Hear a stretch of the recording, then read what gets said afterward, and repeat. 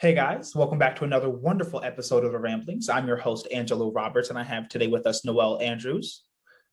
Introduce yourself Hey, today. hey, Angelo. Good to be here. I'm Noel, based here in London, and yeah, pleased to be here. Excited. Thank you so much. It feels actually really cool that you're our first international podcast guest host. So that's actually, we don't have a lot of firsts. I mean, we do have firsts sometimes and everything, but you are our first international podcast person because this podcast is technically international. In certain cases, not heavily, but yeah. So you are the CEO of JobRack. It is right, CEO of JobRack. So tell us a little bit about that. Yeah, sure. So first of all, I mean, I'm thrilled to be the first, and so I think I'm gonna have to make myself a badge, right? Kind of like officially first international guest. So JobRack, we're a hiring service, and we help business owners all over the world hire really, really great remote workers from Eastern Europe. So kind of virtual assistants, project managers, developers, designers, kind of content writers, anything like that, anything that you need to kind of help run your online business. We help people hire really great people from Eastern Europe. Wow. So how did you really come up with this? So I bought the business about 3 years ago. Oh, So I mean, my background, I've got kind of like 15 years of kind of corporate experience in like IT and technology leadership roles. So lots of kind of hiring and team leadership and people management, and been entrepreneurial from a pretty young age, and always been looking for that kind of idea. Tried a bunch of different things, failed at a bunch of different things, and then some people that I knew in a community of online entrepreneurs had started JobRack in around about 2015. Just they saw this kind of great opportunity. Everyone was trying to hire developers, and people were starting to get into remote developers. And they saw this great opportunity with Eastern Europe, so they started JobRack and they built it up. But it was always a bit of a kind of a side hustle, like not a kind of the main thing for them. And so there kind of came the time they needed to focus on their main gigs and their main businesses, and so they put it up for sale. It was either going to get sold or shut down, and it was just kind of perfect timing for me. So I think serendipity is what they say. And yeah, just jumped in. It was really, really small, and we've been working really hard, or I've been working really hard, and I've now got a team with me as well to kind of build and grow it over the last 3 years. wow. So you're now the second person who has bought a business in this particular aspect on this podcast. I want to know more about like some more insight on what that's like buying a business. How did that go about? Like, did you say, hey, I want to go buy a business? Like how did this land in your lap? How was the serendipity moment? Yeah, so I was looking for an idea, right? And lots of people take lots of different approaches to coming up with ideas. I don't know if you know Innocent Smoothies, the smoothie company that's now owned by Coca-Cola. Three guys here in London. They met every week in a pub, coming up with ideas for like 2 years, I think it was. I didn't go to quite that extent, but I'd been looking around for quite some time. I've been running an interview coaching business, so helping to coach people to be better at interviews. So this is on the candidate side. And yeah, I was looking around just for something that would kind of fit. And I hadn't really thought about buying something. And then the guys just mentioned that kind of they were going to either shut down JobRack, but if anyone was interested to get in touch. And like I said, they were part of a community that I'm in of around 1,200 business owners and entrepreneurs. So, there's a bit of like almost, a bit of added trust as part of that, rather than just being, random guys. And we had a conversation. And it went really fast. So from the first conversation to me owning JobRack and it being on my server, if you like, was 4 weeks, start to finish. Wow. And that included, yeah, it was super fast. That included that's fast. Fastest deal close ever. Really fast, man. And some people do it quicker, I've since learned. But, I'm not a developer. I'm reasonably technical. I've been in technology for a long time. But I had to find a developer to help me do some due diligence, check out the code, check out what was there. We had to reach agreement on a price, come up with, well, how are we going to transition it? But yeah, it was really fast. And we completed it. And then the day after we completed it, I flew to Bangkok to a conference of this community that had loads of customers of JobRack there. So it was like going into this kind of conference, telling people that I'm the new owner of JobRack and getting loads of like positive support and kind of encouragement and like, oh, we love JobRack. And, I actually, couple of people had come up telling me how great it was that they'd hired really great people. And so I was like, hey, can we just get a plain bit of background wall, and can I get my phone out and record you saying that for like some testimonial videos? So yeah, it was a crazy process. So yeah, 4 weeks start to finish. And it was good, right? I know some people and it was a relatively small deal. So, when it's a much bigger deal, it must be a lot more complicated, lawyers and stuff like that. Whereas we could just do it ourselves and just get it done. And that's kind of nice when you can just trust people and work closely with them. That definitely is. So I guess you would say that is a pretty serendipitous moment and everything. So talk about, how you kind of got interested in it. So you met these guys, you have corporate background experience and everything. Like, was it a hard purchase, an easy, but was it like as soon as you heard the idea, like you knew, or like did you sleep on it and then like you saw something, you're like, oh, that would be JobRack would be the solution. And I'm like, how did that come about that you just knew that this is the business that you were going to buy? Yeah, so I've got that corporate experience with lots of kind of leading and hiring. Wind back probably 2013, something like that. I had been interviewing in the corporate job, but we were trying to hire someone, and I'd done something like 9 interviews in one day, which is too many, right? I can tell you now, it's way too many. And I came out of them and I was driving home and I was thinking they were all really good people, really, really nice people, but they just did not interview well at all. They didn't sell themselves well. They didn't put themselves across well. And it was really painful. And I like to think that I'm a pretty good interviewer, so I can, kind of help draw the information out of them, ask the good questions, right? And try and help them as much as I can, but there's limits, right? And so I was driving home that day and I suddenly had like a light bulb moment thinking, well, the interviews were bad because no one ever gets taught how to interview. Like they were applying for like a technical role, and on paper they were really good at that technical role, but the interviewing just wasn't a skill that they had. Well, because that's not their job, right? They're not supposed to be good at interviewing, and yet no one ever gets taught how to interview. And so there was like a light bulb moment there. This is back in like 2013. I was like, well, I'm good at interviewing. So what if I teach people how to be better at interviewing so that they can get better jobs? Is that something that people would pay for? And that was like first light bulb moment. I was like, well, that feels like a good idea. And nobody likes interviews, right? And everyone wants to get more money and get a better job. So maybe let's go with that. So I'd planned to come up with an idea, and kind of I wanted to find something I could kind of focus on for about a year or so and see, could I make it work? So that was a business that I ran called Interview Confident. And it started from nothing, built it up, and it was all right, but it was purely time for money, right? It was all me doing one-on-one coaching and couldn't quite scale it. There's a lot of people have that problem, that they're terrified of interviews and they're not very good.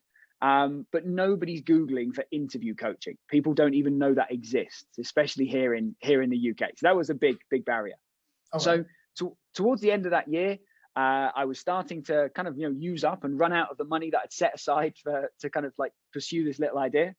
And I had started then helping some online businesses and remote entrepreneurs with their hiring, so doing some consultancy work, guiding them in terms of how to hire people, how they could interview people. So helping on the business side. And I'd been probably helped about 10 or 15 different businesses, giving them advice, helping them hire, actually helped them hire with a couple of roles. And in fact, one of those roles we hired through JobRack. So that was before I owned it, right? So I'd used JobRack to hire someone for someone else. So then when JobRack came up for sale, and it was a forum post that I saw that announcing that JobRack was going to shut down or be sold. Right. And it was a hell yeah. Okay. It was just there. There was no thinking about it. It was just I'd been helping people hire. I knew the candidate side. It was already in a niche. So it was already niched down to Eastern Europe. Because for me, when you're trying to do your marketing or trying to grow a business, if you're in a niche already, as opposed to being, something for everyone, that is a great benefit. And so it was that hell yeah straight away. So then it was just don't let anyone else get it, basically. So I got straight in touch with the guys. We had a call the next day. We had another call a couple of days later. I was talking to a few friends about possibly going in as partners on it. And so we went through there was 2 of us, then maybe we were going to get an investor to help scale it faster. And then it actually worked out better for me just to do it on my own. But yeah, it was a hell yeah from the minute that they said it was up. And it was, it was an exciting 4 weeks, but I knew I wanted it. And I knew it was, the thing that could kind of give us some good times going ahead. Wow, first user experience. You feel me? That's actually good. Went from user to owner. I that's a pretty cool story there. So how does that integrate with Firefly Notetaker? Yeah, so Firefly Notetaker is just this cool little tool that I use for on Zoom calls, and we were chatting about it briefly just before we started recording. So I'm really into like productivity tools and tiny little widgets, things like that. Anything that can make life easier, right? So one of the things that makes life easier is hiring staff to help us build our businesses. And then another is tools. And yeah, Firefly is just this clever little kind of widget that you kind of sign up for, and it kind of joins all of your Zoom meetings automatically. It records them, and then it kind of transcribes them and gives you all your notes. But then it actually pulls out, like, it can pull out questions, it can pull out like the actions, it can pull out the sentiment. So whether it was a positive call or a negative call, and yeah, really, really clever. So just started doing that. So that was why it joined our call as we came on. Wow, that's interesting. Now I want to go more tactical for a hot second, because we're kind of in like the same space. At Offsource, what we do is we are a community of shareable employees, and what you guys do are like essentially bringing outsourced work. Do you see that being, say, the future of how businesses operate going forward in terms of how they outsource their work or where they find their hires? So I think there's going to be, first of all, I think there's tons and tons of opportunity, right? This is like, we are only in the very early stages. And obviously everything that's happened in the past, 18 months now, as we record this with COVID and Corona, the whole world has woken up to remote work. And so there's tons and tons of opportunity. I think for online businesses going forwards, there's going to be, you kind of got three different levels to me. So it starts off with perhaps, someone wants to outsource a task. So maybe they go to Upwork or Fiverr, and maybe that's sometimes how they start off with. They just want kind of one particular task done. You get to the stage then when you want like an ongoing thing done, right? So let's say it's podcast editing, right? And you're looking for kind of some podcast editing to be done. I think there's a lot of opportunity for businesses to actually use a service for that. And I think going forwards in the future, I see like a 50-50 split with your average online business, saying that 50% of what they're going to do is they might get services to do it for them. So productized services that do what they do really, really well, because they don't need that skill set internally. Then I think the other 50%, more and more, is going to be about having committed long-term team members. So, employees, maybe not quite legally because of the difficulties of having true employees when you're in different countries, but to all intents and purposes, permanent team members, part-time or full-time, that you get their shower thoughts, right? Some good friends of mine kind of refer to this as, when someone's really working for you, they wake up in the morning, they're thinking about you, they're in the shower, and they're kind of thinking about what are they going to do today? How can they be better, right? It's a really, really nice phrase. I like it. And yeah, you get their shower thoughts. And I'm using that. I hope you don't, it's not coined. I'm using that phrase. Yeah, it's cool. It's got, like I said, I credit two great guys, Dan and Ian, over at the Tropical MBA for that one. And so I think there's an opportunity for it to be split. I think as businesses grow, there comes a time when most businesses need to have staff, to have some team members that are really committed. There's some outliers, some people that manage to run really, really big businesses just with services, or even as solopreneurs. But I think that's the hybrid I see. So, you get maybe you might have an operations manager, maybe you might have a virtual assistant. Certain roles I think are really well suited to having the person working for you and really focusing on you. And then other things I think are great to kind of go out to kind of services for. Wow. I definitely believe in that. And I think that when I say we're building like a community of shareable employees, when I say that, like, I believe that the power or the future of work is in the employee, right? I think that companies right now spend and waste exponential amounts of time on employee downtime. So whether they're on salary or whether they're paid hourly, for those hours that they're not doing as well, or they're just kind of not performing at every single minute, each minute adds up. And so I think at some point we realize, and the facts say that, like, we're only productive for 3 or 4 hours out of the day. And most of the time it's usually because we don't have 8 continuous hours of work that needs to be done. It's done in 3. And as we continue working, those tasks just kind of get shorter, especially when they're repetitive. It might be go from posting to just once a month we kind of schedule, and things are automatically posted and things like that. So those times drastically drop. And I think that as we've seen people work at home, you can have 2 or 3 jobs. Say you had 2 or 3 remote jobs where you're now able to, in an 8-hour workday, because you're only, you're productive for this 3, productive for 3, and productive for 3, you're now able to maximize your income, which I think will bring more power to the employee. What are your thoughts on employee versus employer in this kind of middle stage as people start going back to the office? Do you see remote work being like more valuable, or do you see us really moving close back to normal? No, we're never going back to normal. There are some there's some people here in London, especially, right? There are some owners of big kind of commercial property saying, yeah, we're going back to normal. Everyone's coming back to the office. They're in cuckoo land, right? It's not happening. And if you look at all of the stats of this and the surveys that people are doing right now, saying, kind of, how do you feel about going back to the office full time? How do you, what will you do if you're forced back to the office? It's like something like 40-50% of people are saying that they're going to change jobs. And that's because they've found flexibility. Now, I don't think the future is fully remote either for a lot of conventional businesses. I think it's a hybrid.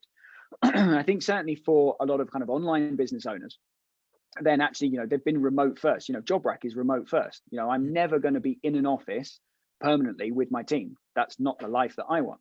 And, companies like GitHub, for instance, they're 100% remote, right? They've got, at least a couple of hundred employees. I think it's even more than that, completely remote, and proving that it can be done and proving that you can thrive and really be successful. I think it's an interesting point you make about this, like having a second and a third job, and it makes employers pretty uncomfortable. And that's a shift we're going to see because, so in the corporate world, it's really common to have a clause in your contract that says you cannot do additional work without the permission of the first employer. And I get employers now, online employers, asking me all the time, like, well, what if they've got a second job? I'm just like, well, to be honest, it's not really anything to do with you because you can't stop them having a hobby, playing football or playing frisbee or playing in a band. And the same is true. What they do in their evening and their weekend is up to them.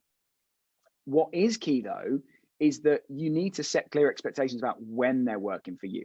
So if someone works for me in the mornings and then they've got another job in the afternoons, I'm cool with that. I have no issue with that. What I don't want and would never want is, because it's so important to have focused time, right? And flow. Right. And if you get interrupted, like you said, it's inefficient. It takes 20 minutes to get your attention back. So if someone is trying to work 2 jobs at the same time in the hours that I'm paying them for, I'm not cool with that. So I think some of it is about being really clear with, with employees and setting clear expectations and just understanding what's important to them.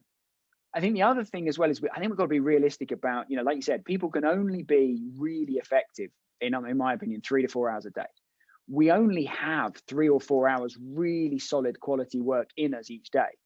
And so it's definitely true that most jobs, don't necessarily have 3 or 4 hours of more than that much solid work. But I think any individual's ability to be productive for 3 times 3 hour slots a day, I think that's really difficult. I wouldn't want to be the last of the 3 in the day, right? I always want the first 3 hours of the day. What I think we're going to see, though, is that the value of people is going to come up, and we're going to actually start rewarding and paying people based on their impact, not the hours bum on the seat time, right? So if you're in an average office job, you're getting paid to sit there for 8 hours a day. And some employers are like, oh, they're in the office, I can see them, therefore I know they're working. Oh, you don't know that at all, right? You've no idea if they're on Facebook, Twitter, eBay, Expedia, whatever, right? You've no idea. Mm-hmm. And so we see this an awful lot in employers coming to hire remotely. They're like, well, how do I know they're working for me?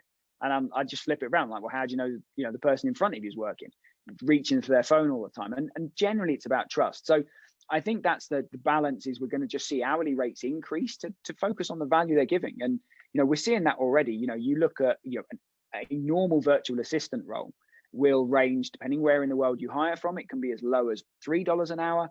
It can be up to, $30, $40, $50 an hour. And then we're now seeing the kind of the evolution of that. And so virtual assistants are now turning into online business managers or digital business managers and operations managers. They can go up to $100 or $200 an hour, right? Because that's the value. They are running your business for you, and they're letting you basically take a step back off the operations side. And so, and a lot of that comes into what's the value, then the difference they make to your business. And if they let you run a 7-figure business or mid-6 or whatever size business, then are they worth $100 an hour? Yeah, absolutely. But I do think I'm with you. I think there's a lot of opportunity for part-time work. And I think if people can get paid well, then why, a lot of people kind of want a certain amount of money and then they want a great life. So if you could work 4 hours in the morning and have every afternoon off to, I don't know, go to the beach, play with the kids, spend time with friends, do whatever you want to do, read a book, then why would you not? So I think there's a, like I said, some people will try and maximize income and some people will try and maximize life. And for me, if you can get someone that wants to maximize life, you can get some incredible people that have got amazing levels of experience, you know, potentially some massive corporate experience that now go, I don't want to work 12 hours a day, right? But they still want to make good money, and you can make a huge difference to your business. So yeah, whether it's a relatively kind of, you know, someone with just a couple of years experience as a virtual assistant, or whether it's someone with years of corporate experience, I think, yeah, tons of opportunity. But yeah, the old normal, I think, is gone for good for most people. I love that right there. I absolutely think it's gone, especially after the pandemic. Now speaking of, with, as you said, JobRack is 100% remote. And you guys help place like virtual assistants and all those kinds of things. Did you see a boost during the pandemic? So we did. It's been interesting for us. So we've got some of our businesses and our clients kind of really struggled, right? So, you know, for a lot of people, you know, we've got people that have got physical businesses, but they run them remotely. So they kind of really struggled. We've got Amazon sellers, right? They did really well. We've got people that sell and run online course focused businesses. They did really, really well, right? It's been a great time for anyone with a purely online business. It's generally been really, really strong. Equally, we've got people in the travel industry that obviously, you know, had a much tougher time and are still having a really tough time. So we saw a really good boost in some areas of kind of the employer side.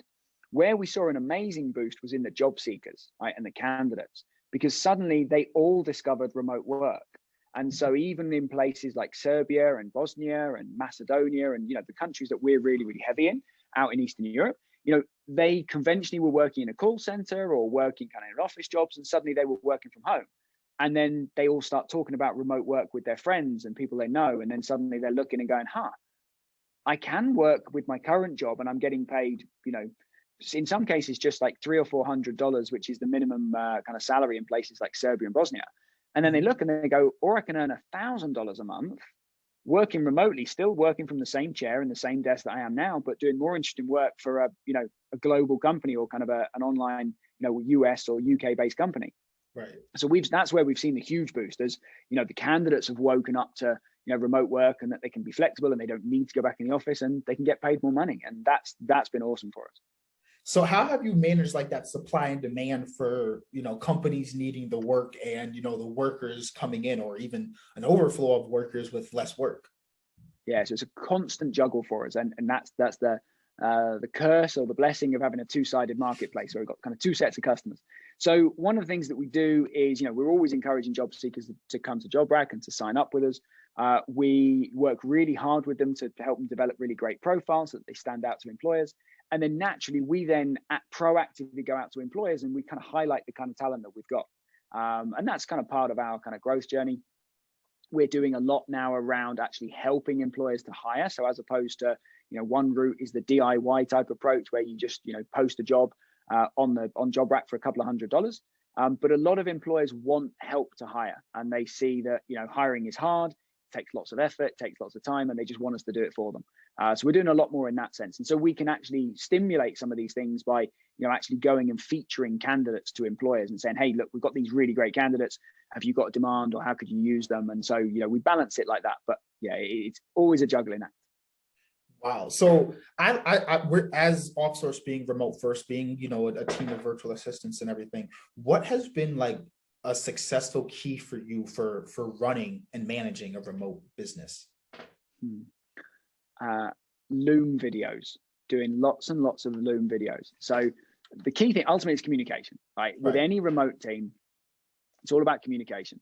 The more you can communicate, the better. And you have to be really intentional and almost over the top with it, right? Because if you're in an office, you get the casual chat, you get the water cooler chat, the going to lunch, things like that. You don't get that when you're remote. And especially during COVID. So, you know, in normal times, I would have had a couple of team retreats. We would have all been together for a weekend or a week by now. And that hasn't happened because of obviously kind of travel challenges. So what I use a lot is I use Loom, which is a very, very simple little video recording tool. You can do screen share recordings. Yeah, I'm interested now because I actually have it. I don't use it as much, but I'm interested to see how you use it. So every morning when I go for a walk, or whether I'm walking to an office, I work out of WeWork offices here in London. I'm going somewhere every morning. And so I will typically 3 or 4 days a week, I will shoot a quick morning team. How's it going? This is the kind of key things I'm thinking of today. This is what I'm up to type little video. It's on my phone. It's super casual, just as I'm walking down the street. Sometimes I've got some cool London landmarks in the background for them. Sometimes it's just the street. And I just shoot a little video, and then I just post that link straight into Slack, which is how we communicate as a team. And it's just that personal touch, right, for me. And that's the kind of team that I want to run. That's how I communicate with people. I do tons and tons of videos to customers and clients as well.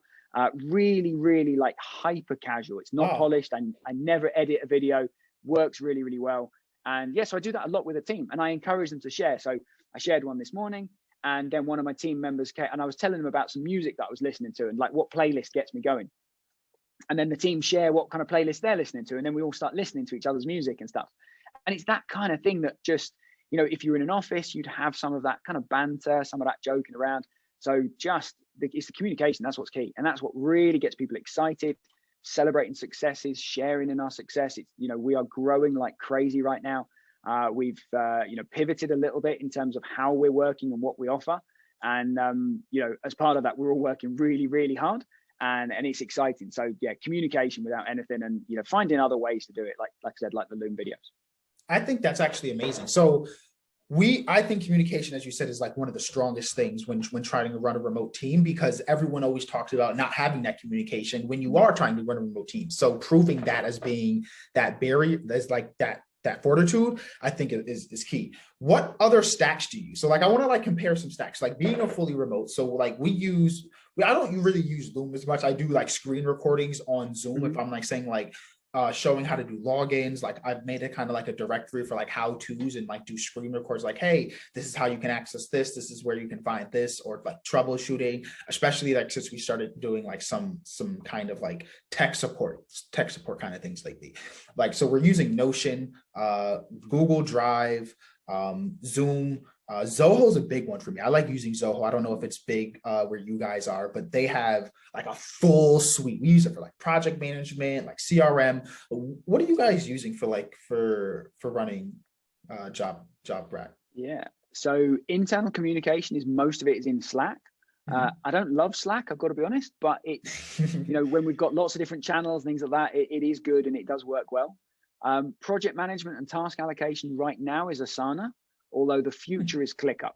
We'll be moving across to ClickUp without any doubt. Why so? I've been hearing a lot more about ClickUp, but so I've been hearing about ClickUp for probably about a year or so, and I've been trying to avoid the shiny object syndrome, right? Because it's always, you just get tempted by these things, and then you go down the rabbit warren, and So Asana is slowly getting worse for me. They keep removing features and making it harder. So there's just things that they've done it twice in the past year, little bits of workflow that previously I could do in a keyboard shortcut, and then they remove the functionality and make me do 5 clicks instead, which in my book is unforgivable.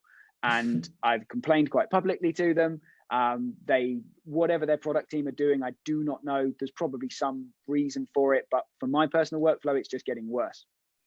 And so, and ClickUp for me, the thing that I really want. So we work in Asana for kind of task and project management, and we work in Google Docs for SOPs, documentation, things like that. Mm-hmm. And I want to smash those two worlds together. And ClickUp for me is the answer for that. So in ClickUp, you can have all of the kind of Asana level kind of task and project management, but you can have better automation. You can do a lot more with it, but you can also have documents embedded straight within tasks. So it's much, much more functional, a little bit like Notion's level of kind of formatting and functionality, but almost within your task management. So ClickUp is, again, it's a lot like Notion in many ways, because it is so powerful and so flexible. And with that, it means it's complex to get to grips with and figure out. And I'm paying someone to kind of act as a bit of a ClickUp consultant for me, so that we can I don't want to sit and watch days of YouTube videos to figure out how to do it. I know now where the value of my time is, and it's nope, let's just pay someone to help us put it in the right way. Wow, that's really, you're paying someone to be your ClickUp expert? Absolutely. Yeah. Because it's about the value of my time, right? So if I spend my time doing sales and marketing for JobRack, selling, hiring services that are, low 4-figure services, then that's far more valuable than me, spending 10 hours watching YouTube videos and then implementing it and configuring a tool. So I'm getting a lot better at recognizing when I should do stuff myself, or when I should get one of my team to do it, or when how can we like accelerate it and literally get like a nitrous boost, like, Fast and the Furious style. How can we get a boost forwards to skip the initial stages? Then there's a lot of things you've always got to do yourself. But for me, working with the person I'm working with, here's our problems, here's what we want, tell us how we should do it. And then we might do some of it ourselves, or we might pay them to do it for us, and then boost forward. And it's the same for me with coaching, right? There's some lessons I want to learn myself. Others I want to, if other people have learned them, let's just shortcut this and jump forward. And, it's like hiring, right? It's the same as having a virtual assistant. So many entrepreneurs and business owners wait way too long before they hire their first person, right? Or their second person, or their third, because they're thinking, I can't justify it yet, or I can't afford it yet. And then inevitably, when they first do it, and you must see this, right, Angelo, they come to you, they kind of outsource the task, and they're like, oh my God, I wish I'd done it earlier. So much earlier. Every person that ever hires a cleaner to clean their house, or a babysitter to look after the kids, a virtual assistant's no different. You get them doing tasks that you should not be doing yourself, whether you should be kicking back, relaxing on the sofa, watching some sport, spending time with the family and friends, or whether you're doing things to further grow and scale your business. I see it literally every single day, people wishing that they'd done it earlier. And so, that's what we try and encourage them to kind of do it as soon as it's right for them. Wow. Yeah, we see that all the time. I think one of the big ones is that we've been seeing more recently is like they're like, oh, we should have a virtual assistant. They're not sure, so they're sitting on it, and then a big project comes, and like they wait on the project, and now the project deadline is due coming, and now it's like, oh, come on now we can jump with that. And I just wish there was a way to kind of show that earlier, but experience sometimes is the best teacher. So I want to go even deeper into tactical and everything, right? So when you're trying to automate, and when, as you said, you're getting your team to do something, when you can outsource and get that acceleration boost, a lot of times when we implement new technology, we always have like that J curve where it's like, okay, this is where we're operating at. We're going to get a little bit worse until we get better and do that. Having that like consultant kind of shortcuts a little bit that J curve. Where do you draw that line on, I will spend this time to do something, or I'm not? Like, is there do you have to calculate your time? What goes through your head? So at the moment, my first thought is I'm thinking who, not how, right? And so wherever possible, when new things are coming into my list, I'm thinking who can do this, because I know the things that I should be focusing my time on. And, that's being, CEO, it's growth, it's strategy, it's, and still sales and marketing. And the sales and marketing side of things for JobRack's going to be with me for a while. And some of that's because of, a lot of what I do is being very, very helpful and friendly and personal with, business owners. So, hiring is hard, right? And so people are worried about it. They're like, how do I do it? Can I afford it? I'm not sure if I know how to interview people, all these kind of things. So I jump on a lot of calls one-to-one with people and just help them through that. And sometimes, they might just want some advice and then they're going to do it themselves, and that's cool. Other times they'll go, yeah, you're right, that sounds like really hard work, help do it for us. So the big thing, I know what my priorities are. So I'm pretty good at not taking on more of the wrong things. Mm-hmm. What's taking me a little longer is to actually get rid of the things that are on my plate at the moment. So I'm still doing a lot of the financial side of things, bookkeeping, things like that. I'm looking at, kind of delegating that out. I've just hired myself a new personal assistant to do things in kind of personal aspects of life and business. So getting them to do a lot of things for me. I'm, as an example, I'm helping to organize a little mini conference here for about 50 people here in London in August. And so we've got to do things like find venues. We've got to find, we want to go to a rooftop bar. So we want to find rooftop bars. Now, normally I would be Googling and phoning bars. Nope, not this time. My assistant's doing it. She's in Eastern Europe. She's absolutely amazing. She is getting on the phone with bars, figuring out availability, what the menu package is, all that kind of stuff, doing that research. So right now, every task that comes across my list, and I'm having ideas all the time, it's thinking, who can do this? And if someone else can't do it, then I'm challenging myself really hard to be like, is that really true? Or am I just being a bit protective, thinking that it needs to be me doing it when it's not really? And one of the really kind of this almost scary bit, and I've had this moment this week, is when you realize that your team do something that you don't know how to do anymore, right?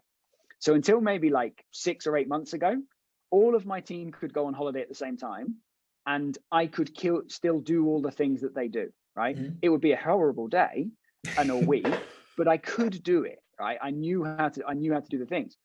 Now we're doing things that I don't know how to do. And I could follow the SOP, right? But that's not my job. And they have autonomy, they're making things better.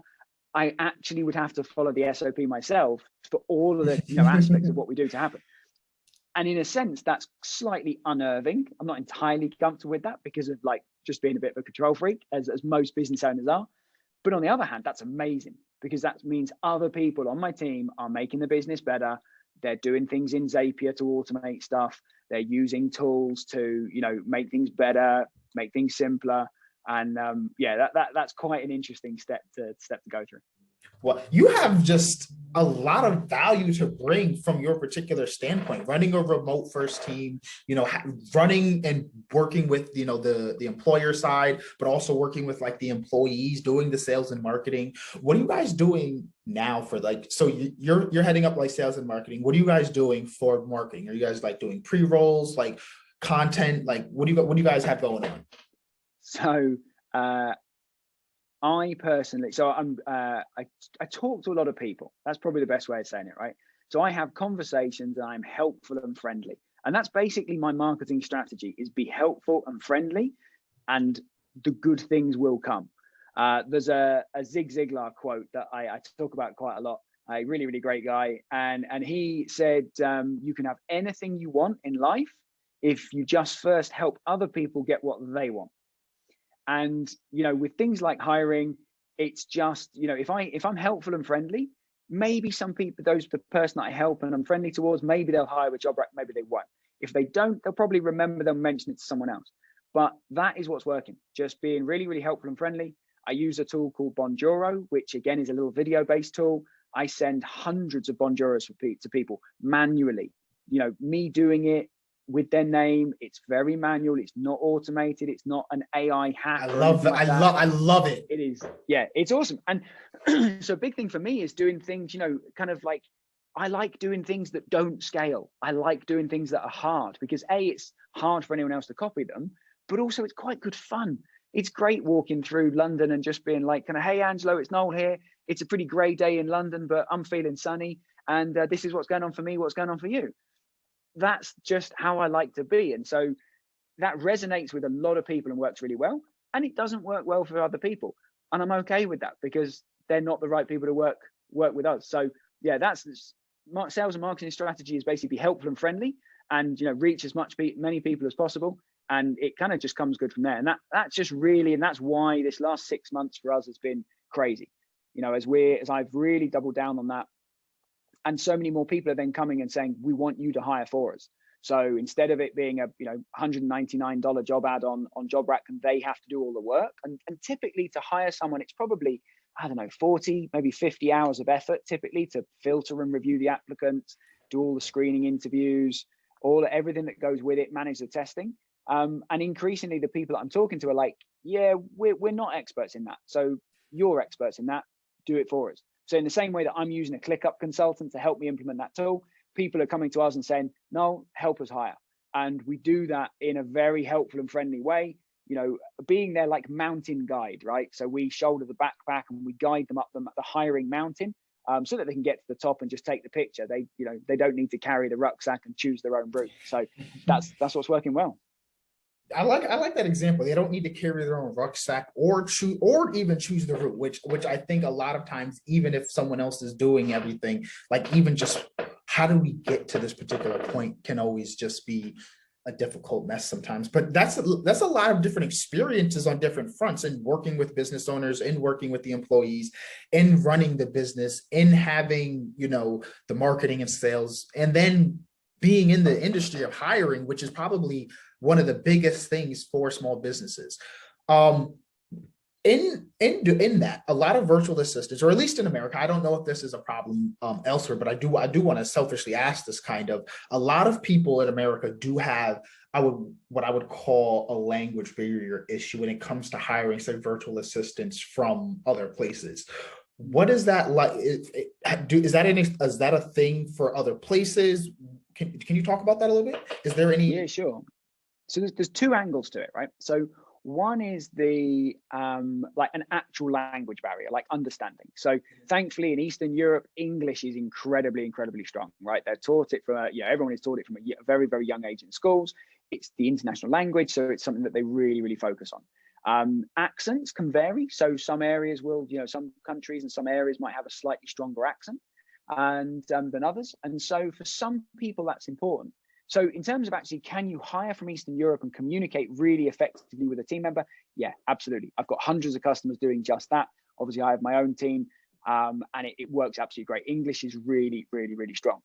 Then what we often get, and sometimes get, is with our US clients particularly, they worry about having someone from Eastern Europe in a team meeting with their customers, and that their customers might think that they're, offshoring the work to cheaper resources, and that, that it's not going to be as good. And, that's pretty ironic that, the US is fantastic. There are, kind of tens and tens, if not hundreds of different nationalities or kind of accents and languages being spoken, etc. And so to worry about, one more being in the mix, it always kind of makes me chuckle. Invariably, when my customers have then done it, and I've got some really great I've got SEO agencies, I've got development agencies that we've hired everything from virtual assistants to salespeople to account managers. And then when they experience it and when they put these people after training and onboarding, they start interacting with their customers just generally love the direct communication style that you get from people in Eastern Europe. They love just that straight talking approach. They love, the work ethic. And people very quickly kind of get past that fear that, they're from a different part of the world, therefore they must be cheap, or therefore they must be low quality. Right. So yeah, having really, really great English makes a huge difference. And just kind of, trying it and learning to trust it. I mean, we hire salespeople that are doing outbound telephone sales calls to the US, and they're absolutely crushing it. So, we've not found the limits yet of what people in Eastern Europe can do. And, the people are just really, really great.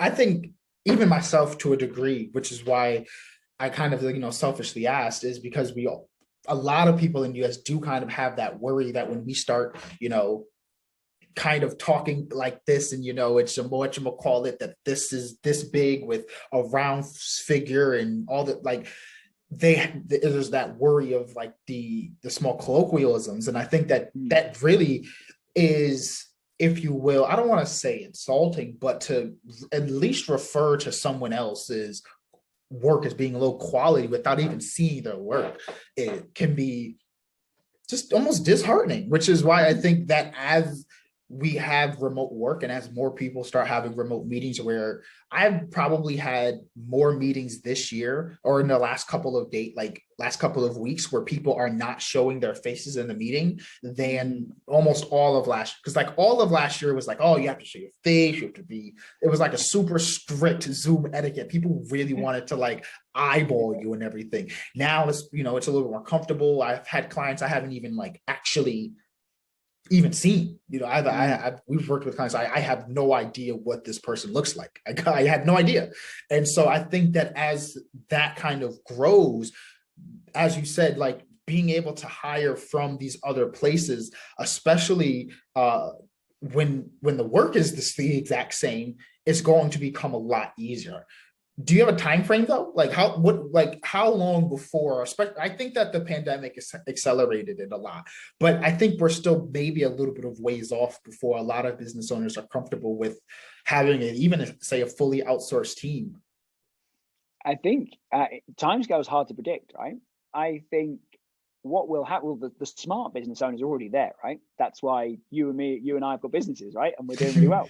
So I think the smart business owners are already there and have been there for years. More and more are coming on board. So I think that what we will see is that if let's say you've got two business owners, one is hiring remotely and is getting really, really high quality staff, and probably at a lower rate, right? So Eastern Europe typically is going to be like 40-50% of the cost of hiring in the US.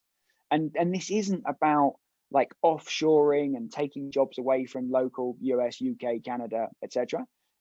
For a lot of businesses, it's about being able to hire and being able to afford to hire before they otherwise could. they might never have made it to the stage of being able to hire locally, and they can potentially grow their business much more. So like I said, I'm very careful, kind of, it's not about taking jobs away from particular countries. It's about businesses growing faster and being able to progress quicker. So I think a lot of business owners are there already.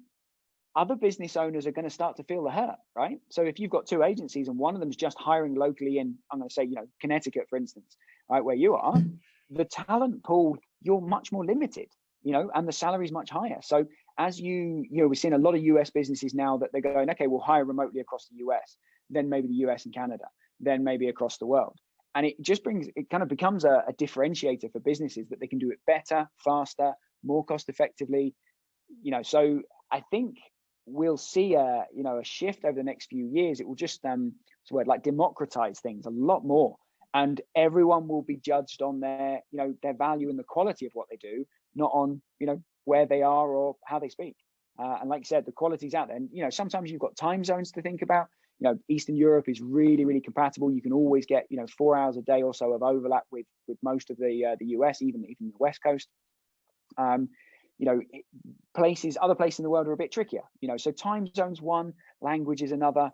But generally, I think business owners are just seeing the opportunity, and or the smart ones are, right. Mm-hmm. And then the ones that aren't are going to be kind of tailing behind, wondering why they're suffering and struggling. But then they'll find it too. And there's people like you and me that are going to help them through that journey, and be there to help them, and hopefully kind of help them succeed and grow. Wow, I like that. That's we're great minds think. Great minds think. I like that. So before we officially have to get you out of here and everything in terms of the podcast, what is one piece of advice that you would give to a business owner that is hiring right now on how to make a hire? Take your time. Take your time's the main one, right? I think what's the old saying is hire slow, fire fast. And I don't really like the fire fast bit of it, because you should always try and avoid that. But don't rush hiring, right? If you rush hiring, whether it's up front when you're thinking about what it is you need, whether it's when you're interviewing people, when you're onboarding them and getting them settled in, getting them up and going, just put the right amount of time and effort into it. So that's the main one, put the time and effort into it, and it does take time and effort. And then the other one is get help, right? So whether it's talking to friends, talking to peers, other business owners about their experiences, what works for them, getting help from services like you and me, whatever it is, it's just get advice and help. As a CEO, one of the key things you can do is your job as an owner is to hire great people. But you shouldn't expect to be awesome at hiring great people when you've not probably done it an awful lot. And that's where you can use people or services or coaches to help you get there. And always happy to kind of jump on calls with people and kind of give them some kind of free advice. And I'm not a salesy kind of person, as you can probably tell. I just like being friendly and helpful. So yeah, main thing is just take your time. And then the other one is just don't delay, right? So all too often we see people start hiring way too late. They should have done it before, and it's the thing that massively kind of makes the difference in kind of catapulting their business forwards. So, people is what really kind of grows businesses, and it gets really exciting real fast. Real help from real people in real time. Listen. It's all there. It's all there. So last thing, I know I said almost last thing, but last thing is shameless plug. Where can we find you? Where can we find Job Rack? Give us the socials, the YouTubes, the everything. Yeah, nice and simple. Head to Connect with Noel. That's so connect with Noel.com. That'll take you to our site. It's got all my contact details there. You can book a call in with me. And if you want to get some help hiring, then, we can chat that through and we can get you someone special. Thank you so much. We've absolutely enjoyed you joining us today. I loved it, Angelo. It's been really, really good fun.